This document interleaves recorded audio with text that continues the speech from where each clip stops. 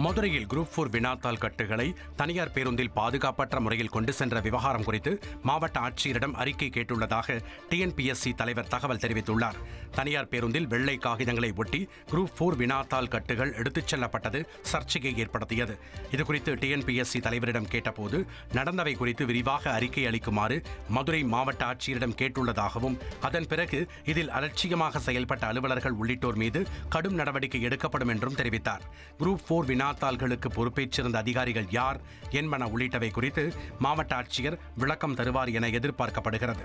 பள்ளிகளில் மாணவர்களின் கவன சிதறலை தடுக்க வகுப்பறைகளை பாவடிவில் மாற்ற பள்ளிக்கல்வித்துறை உத்தரவிட்டுள்ளது. பள்ளி வகுப்பறைகளில் பெஞ்ச், டேபிள் சதுர வடிவில் அமைக்கப்பட்டிருக்கும் நிலையில் இந்த நடைமுறையினால் பின்பகுதியில் இருக்கும் மாணவர்களுக்கு கவனச்சிதறல் ஏற்படுகிறது என்றும், ஆசிரியர் பாடம் நடத்துவதை முழுமையாக கவனிக்க இயலவில்லை என்றும் பள்ளிக்கல்வித்துறை இயக்குநர் கண்ணப்பன் தெரிவித்துள்ளார். எனவே பின்பகுதியில் இருக்கும் மாணவர்களும் கல்வியில் கவனம் பெறும் வகையில் வகுப்பறையை பாவடிவிற்கு மாற்றியமைக்க வேண்டும் என்றும், இதனால் அனைத்து மாணவர்களும் ஆசிரியர் பாடம் நடத்துவதை நன்றாக கவனிக்க முடியும் என்றும் பள்ளிக்கல்வித்துறை இயக்குநர் கூறியுள்ளார். புதிய வடிவமைப்பிற்கு ஏற்ப வகுப்பறையை மாற்ற வேண்டும் என்றும் இயக்குநரின் இந்த உத்தரவு உடனடியாக அமலுக்கு வருவதாகவும் தெரிவிக்கப்பட்டுள்ளது. பெரும்பாலான பள்ளிகளில் வரும் திங்கட்கிழமை முதல் பாவடிவில் மாற்றப்பட்ட புதிய வகுப்பறைகள் இருக்கும் என எதிர்பார்க்கப்படுகிறது.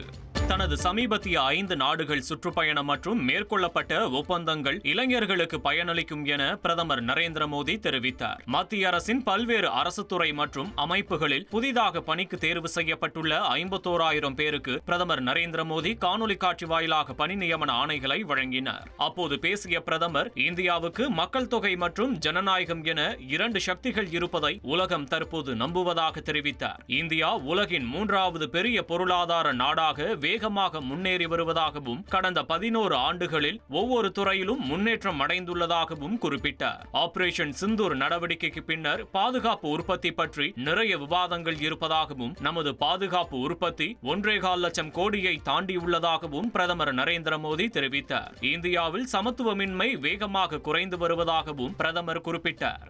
ட்ரெண்ட ஃப்ரெண்ட் ஆக்கிக்கோங்க. தந்தி டிவியின் சப்ஸ்கிரைபர்ஸ் அண்ட் ஃபாலோவர்ஸ் குடும்பத்துல நீங்களும் இணையுங்க.